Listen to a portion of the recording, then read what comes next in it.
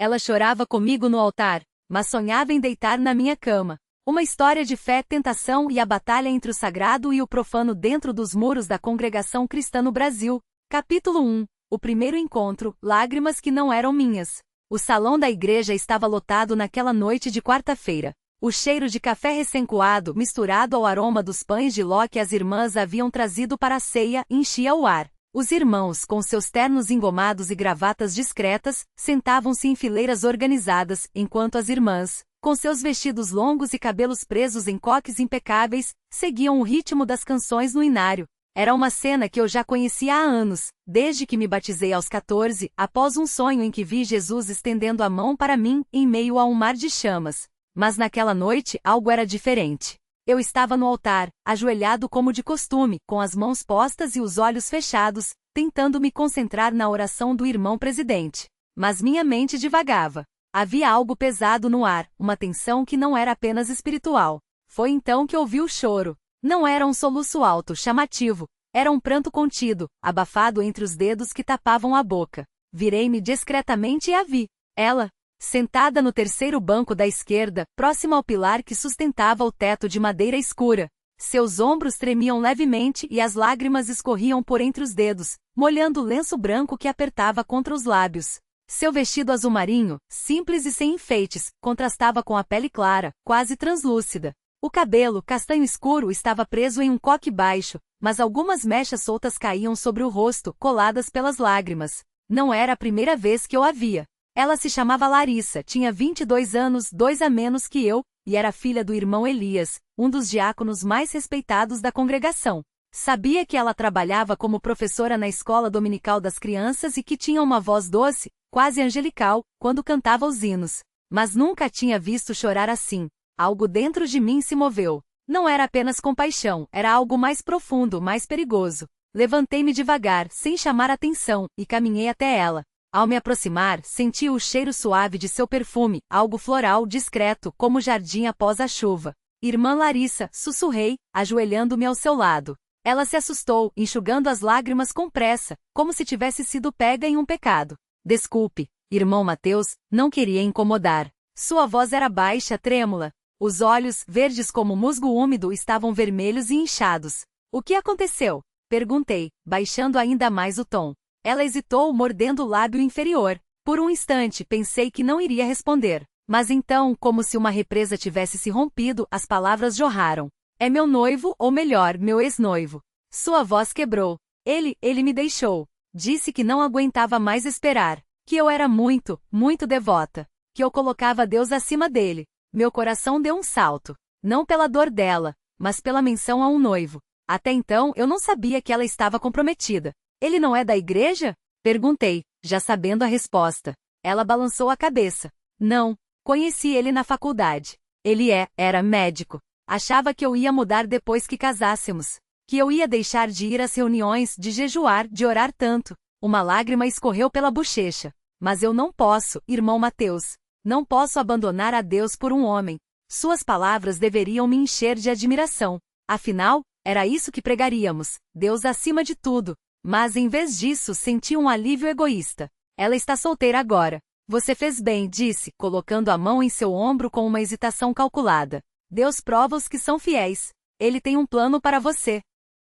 Ela olhou para mim, e por um segundo nossos olhos se encontraram. Havia algo ali, algo que não era apenas gratidão. Era como se ela estivesse me vendo pela primeira vez. Obrigada, irmão Mateus, sussurrou. E então, sem pensar, fiz algo que nunca tinha feito antes. Estendi a mão e enxuguei uma lágrima de seu rosto com o polegar. Seus lábios se entreabriram em um suspiro quase imperceptível. O ar entre nós ficou denso, carregado. Por um instante, esqueci onde estávamos. Esqueci os irmãos ao redor, o irmão presidente terminando a oração, o peso da cruz pendurada na parede atrás de nós. Até que uma voz grossa cortou o momento. Irmão Mateus, vem aqui por favor. Era o irmão João, o secretário da congregação, me chamando para ajudar a organizar os hinos da próxima reunião. Afastei-me de Larissa como se tivesse sido queimado. Até logo, irmã, murmurei, levantando-me com pressa. Ela apenas assentiu, os olhos ainda brilhantes. E enquanto caminhava para a frente da igreja, senti algo que não deveria, uma excitação proibida. Capítulo 2. Os dias que se seguiram, o jogo do olhar e do silêncio. Nas semanas seguintes, Larissa e eu começamos a nos encontrar com mais frequência. Não de forma óbvia, nunca ficávamos sozinhos, nunca trocávamos mais do que algumas palavras após as reuniões. Mas havia um código entre nós. Um olhar demorado durante o culto. Um toque acidental das mãos ao passar o cesto de ofertas. Um suspiro quando nossos dedos se roçavam ao folhear o mesmo inário. Ela sempre chegava cedo às reuniões, sentando-se no mesmo banco, próximo ao pilar. Eu, por minha vez, passava por ali casualmente cumprimentando os irmãos com um aperto de mão firme, mas sempre deixando meu olhar pousar nela por um segundo a mais do que deveria. Uma tarde, depois da escola dominical, a encontrei sozinha no pátio da igreja, regando as plantas que as irmãs mais velhas cultivavam. Irmã Larissa, chamei, aproximando-me com as mãos nos bolsos. Ela se virou, sorrindo. O sol da tarde iluminava seu rosto, fazendo seus olhos verdes brilharem como esmeraldas. Irmão Mateus, como foi a sua semana? Trabalhosa, respondi, parando a um passo de distância. Mas ver você aqui, torna tudo mais leve. Ela corou, baixou os olhos, brincando com a mangueira. Não deveria dizer essas coisas, irmão. Por que não? Perguntei, dando um passo à frente. A Bíblia não diz que devemos edificar uns aos outros? Edificar é uma coisa, murmurou. Isso é outra. Silêncio. O barulho da água caindo nas folhas preenchia o espaço entre nós. Você sonha, irmã Larissa? Perguntei de repente. Ela me olhou surpresa. Sonhar? Como assim? Sonhos, enquanto dorme. Visões. Coisas que Deus pode estar te mostrando. Ela hesitou. Então, depois de um momento, respondeu. Às vezes, sonho com o mar. O mar? Repeti, intrigado. Sim. Seu olhar ficou distante. Sonho que estou na praia de pé, com os pés na água. E tem alguém ao meu lado, mas nunca vejo quem é. Só sinto uma presença. Meu coração acelerou. E o que você sente nesse sonho? Ela mordeu o lábio. Paz. Mas também medo. Como se eu soubesse que não deveria estar lá. Ficamos em silêncio novamente. Eu queria perguntar mais. Queria saber se, naquele sonho, a mão que ela sentia era minha. Mas não ousei. Talvez Deus esteja te preparando para algo, disse, finalmente. Ela sorriu, mas era um sorriso triste. Ou talvez seja só a minha imaginação pecaminosa. E com isso, ela se virou e continuou a regar as plantas, deixando-me ali, com o coração batendo forte e a mente cheia de pensamentos que não deveria ter. Capítulo 3. A confissão no escuro, quando as paredes ouvem segredos. A igreja ficava vazia após as 10 da noite. As luzes dos postos de gasolina lá fora iluminavam fracamente os vitrais, criando sombras dançantes nas paredes. Era nessa hora que eu costumava ficar, organizando os hinos ou limpando os bancos, apenas para ter um momento de solidão. Mas naquela noite não estava sozinho. Ouvi passos leves vindo do corredor que levava aos fundos, onde ficavam os banheiros e a pequena sala de estudos. Virei-me e a vi, Larissa com um xale preto sobre os ombros, os cabelos soltos, algo que nunca via nas reuniões. Irmã Larissa? Chamei, surpreso. O que faz aqui tão tarde? Ela parou, como se tivesse sido pega em flagrante. Então, lentamente, aproximou-se. Não conseguia dormir, disse baixinho. Vim orar. Sozinha? Perguntei, erguendo uma sobrancelha. Ela não respondeu. Em vez disso, sentou-se no primeiro banco, olhando para o altar vazio. Às vezes, acho que Deus não me ouve, confessou, depois de um longo silêncio. Aproximei-me e sentei ao seu lado, mantendo uma distância respeitosa. Ele ouve. Sempre ouve. Então por que me sinto tão sozinha? Sua voz tremia. Porque sinto que estou fazendo tudo errado. Não respondi imediatamente. Porque eu sabia. Porque eu sentia o mesmo. Talvez comecei, hesitante, talvez a gente esteja tão focado em fazer tudo certo que esquece de viver. Ela virou-se para mim, os olhos brilhando no escuro. O que quer dizer? Que a gente segue regras, horários, tradições. Mas e a felicidade? E o desejo? Isso também não vem de Deus? Ela ficou pálida. Irmão Mateus, não deveria falar assim.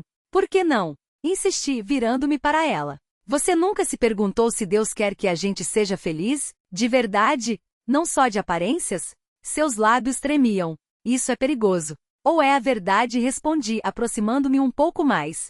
Ela não se afastou. E se a gente estiver errado? Sussurrou. E se a gente estiver pecando só de pensar nisso? Então que seja, disse, e antes que pudesse me conter, toquei seu rosto. Seus olhos se fecharam. Um suspiro escapou de seus lábios. Mateus, murmurou. Era a primeira vez que me chamava pelo nome. Sem o irmão. Sem a formalidade. e isso me destruiu. Larissa, respondi minha voz rouca. Nossos rostos estavam tão próximos que podia sentir seu hálito quente em minha boca. Seus lábios estavam entreabertos, convidativos. Meu corpo todo ardia. Um beijo. Era só o que eu queria. Só um. Mas então, como um balde de água fria, ouvimos. Quem está aí? Era a voz do irmão Pedro, o zelador, vindo do corredor. Larissa se afastou como se tivesse levado um choque. Levantou-se de repente, ajustando o xale. Ninguém, irmão Pedro. Respondeu, a voz trêmula. Só estava orando com o irmão Mateus. Eu me levantei também, tentando controlar a respiração. Ah, bom, disse o irmão Pedro, aparecendo na porta. Mas já é tarde, jovens. Melhor irem para casa. Amanhã tem reunião cedo. Sim, irmão, respondi com um aceno de cabeça. Larissa já estava quase correndo para a saída. Até amanhã, irmão Mateus, disse, sem olhar para trás. E eu fiquei ali sozinho no escuro, com o gosto amargo da frustração na boca e uma certeza ardendo em meu peito. Isso não tinha acabado. Estava só começando. Continua. Próximos capítulos em breve. Capítulo 4. O jejum que não era por Deus. Larissa propõe um jejum espiritual juntos. Mas as noites de oração se transformam em algo muito mais íntimo. Capítulo 5. O sonho proibido. Mateus tem uma visão noturna que o deixa perturbado. Larissa, nua, chamando por ele em meio a um jardim. Seria uma tentação do demônio, ou um desejo do próprio coração? Capítulo 6. A carta anônima. Alguém na congregação descobre os encontros secretos e envia uma carta ao irmão presidente. A perseguição começa.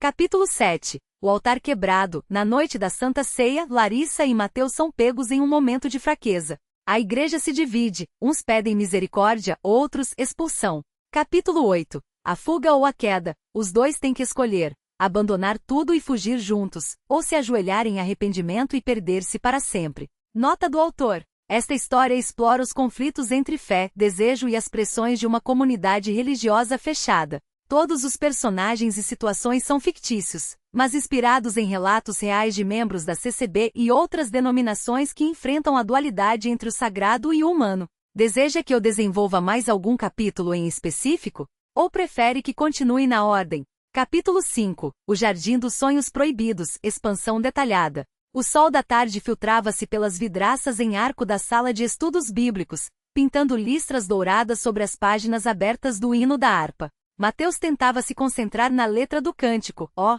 que amigo nós temos em Jesus, todos os nossos fardos a ele podemos contar, mas as palavras embaçavam diante dos seus olhos. O cheiro de cera de abelha das velas recém-apagadas misturava-se ao aroma doce e sufocante das flores que as irmãs haviam colocado sobre a mesa do culto matinal. Era um cheiro que desde criança, ele associava à santidade. Mas agora daquele mesmo aroma brotava algo mais, uma memória recente quase tangível do perfume de Larissa. Ela havia passado por ele mais cedo no corredor que levava aos banheiros das irmãs, e o leve toque do seu braço nu, acidental, ou não, queimara como brasas. Irmão Mateus, o senhor poderia me ajudar com a escala dos louvores da próxima semana? Ela sussurrara, baixinho demais para que as outras irmãs ouvissem. O tom era inocente, mas os olhos... os olhos dela diziam coisas que os lábios nunca ousariam. E agora, sozinho na sala vazia, Mateus sentia o suor frio escorrer pelas costas, sob a camisa engomada. Ele fechou o inário com um estalo seco. Não adiantava. Não conseguia orar. Não conseguia cantar. A cada tentativa de se concentrar, a visão voltava. Larissa, nua, estendendo os braços para ele em meio a um jardim que não existia. Era um sonho, ou um pesadelo, que o perseguia há 3 noites seguidas.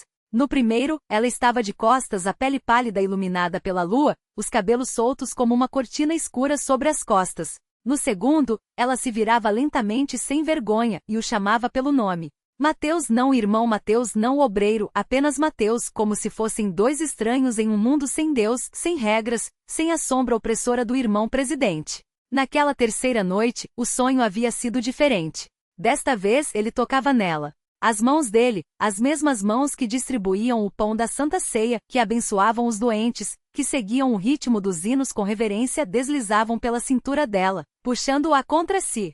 E Larissa não resistia. Pelo contrário, ela arqueava as costas gemendo baixinho, enquanto os dedos dele exploravam cada curva proibida. Isso é pecado, ele tentará dizer, mas a voz saíra abafada, engolida pelo desejo. Deus está vendo, murmurara, mas Larissa apenas rira, um riso rouco, de mulher, não de menina submissa. E se ele não estiver? Ela desafiara, antes de puxá-lo para um beijo que o deixou sem ar. Mateus levou as mãos ao rosto, como se pudesse apagar a lembrança. O que estava acontecendo com ele? Era um homem de Deus, um obreiro exemplares, um dos poucos na congregação que o irmão presidente confia para liderar os cultos de doutrina. Ele conhecia as Escrituras. Sabia de cor os versículos sobre a luxúria, mas eu vos digo que qualquer que olhar para uma mulher com intenção impura, no coração já cometeu adultério com ela. Mateus 5:28. Sabia que o inferno era real, que o diabo andava como leão rugindo, buscando a quem pudesse tragar. E ainda assim, quando fechava os olhos, via ela. Um barulho na porta o fez sobressaltar. Era o irmão João, o tesoureiro da igreja, um homem magro, de óculos grossos e olheiras fundas, sempre com um ar de quem carrega o peso do mundo nas costas. Irmão Mateus, o senhor ainda aqui? Perguntou, ajustando os óculos. O irmão presidente está procurando você. Tem uma reunião urgente com os obreiros sobre a campanha de dízimos do próximo mês. Mateus assentiu, tentando disfarçar a agitação. Já vou. Só estava revisando uns hinos. João franziu a testa como se desconfiasse, mas não disse nada. Antes de sair, porém, hesitou. Irmão, tudo bem com o senhor? Tá parecendo abalado. Mateus forçou um sorriso. Tudo certo, irmão.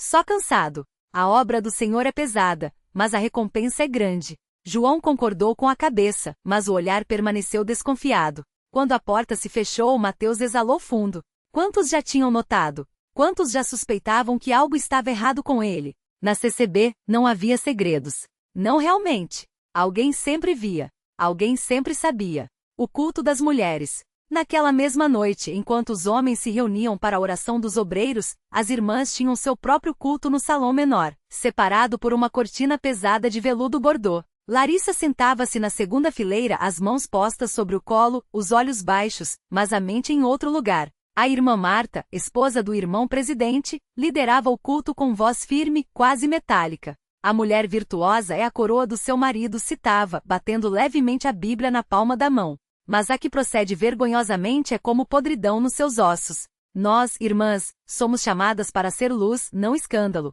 Nosso corpo é templo do Espírito Santo, não instrumento de tentação. Larissa sentia o suor umedecer a nuca. Ela sabia. Não do sonho de Mateus, como poderia? Mas do que acontecerá no porão da igreja 3 dias antes. Um toque demorado demais ao passar o pano de limpeza em suas mãos.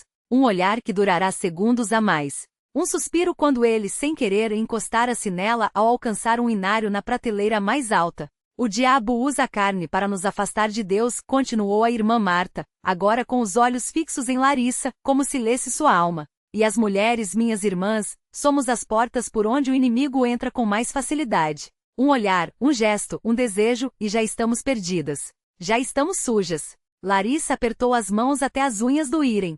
Suja. Essa palavra ecoava dentro dela como um sino funesto. Ela se lembrava de quando era criança, de como a mãe a ensinara a lavar as roupas no tanque de pedra, esfregando com sabão de cocô até que cada mancha saísse. Assim tem que ser com a nossa alma, filha. Esfregar, esfregar, até ficar branca como a neve. Mas e se a mancha não saísse? E se, por mais que ela orasse, por mais que jejuasse, por mais que cantasse os hinos até a garganta arder, a sujidade permanecesse? Ao seu lado, a irmã Raquel, uma viúva de 50 anos, de rosto severo e lábios finos como uma linha, sussurrou. A irmã Marta tá falando sério, menina. Esses dias vi você rindo com o irmão Mateus perto do bebedouro. Não é de Deus uma irmã solteira ficar conversando sozinha com um obreiro. Isso dá margem pro inimigo. Larissa sentiu o rosto queimar. Era sobre a escala dos louvores, irmã, mentiu, a voz trêmula. Raquel não se convenceu. Escala de louvores não precisa de risadinhas e olhares, não. Cuidado, menina.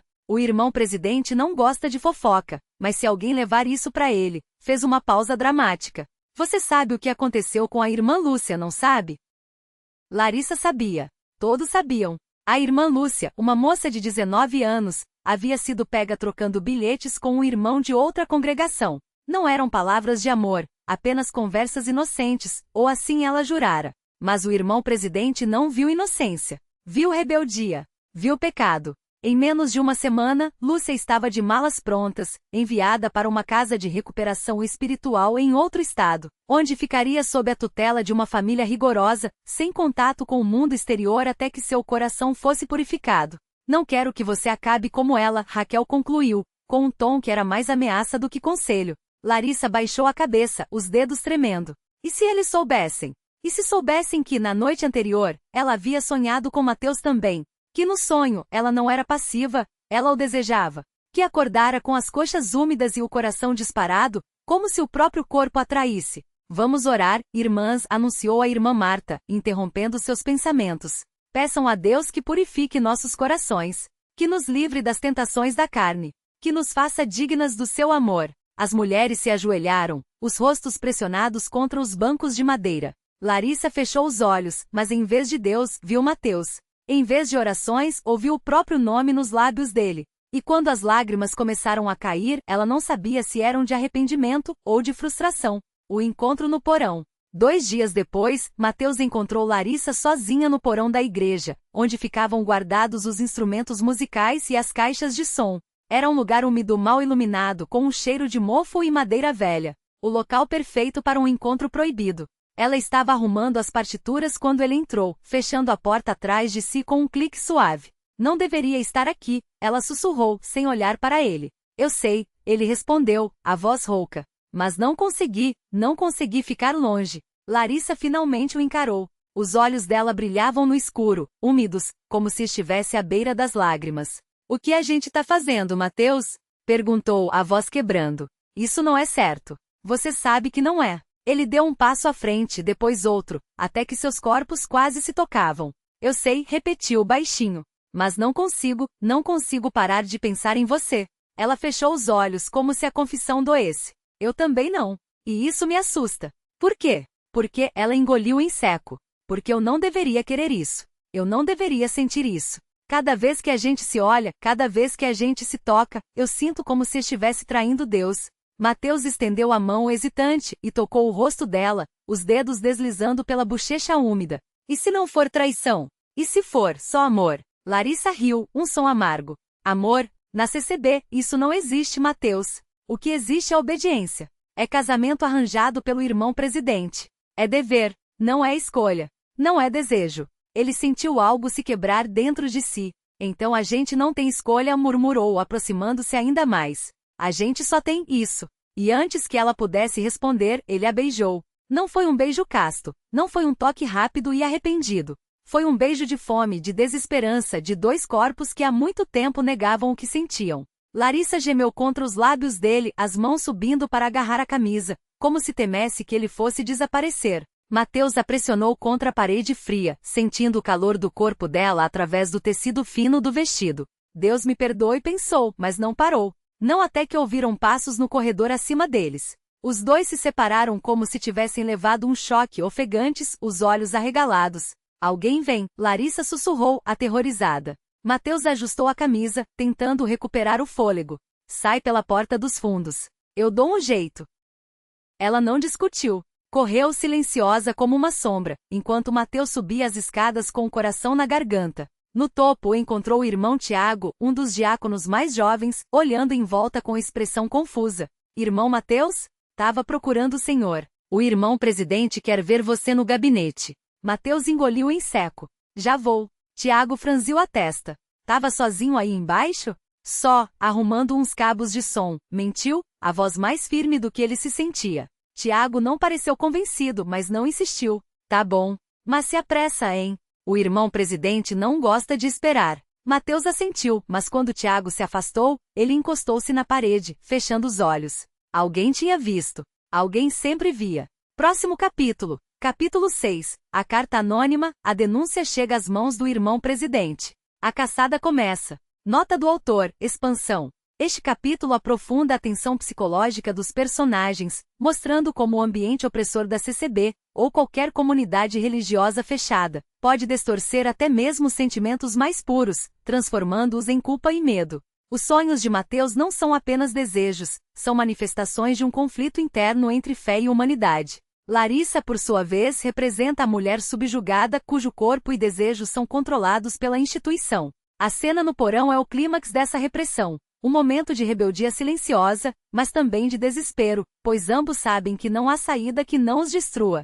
Próximos desenvolvimentos. A carta anônima, quem escreveu? Um irmão ciumento? Uma irmã invejosa? A reunião com o irmão presidente, interrogatório, ameaças, oportunidade de arrependimento. A divisão na igreja. Quem defende os dois? Quem os condena? A escolha final, fugir ou se render? Deseja que eu desenvolva algum desses pontos com mais detalhes? Ou prefere que continue na sequência natural? Posso adicionar mais cenas de culto, diálogos com outros membros, ou até flashbacks da infância dos personagens para mostrar como foram moldados por essa doutrina.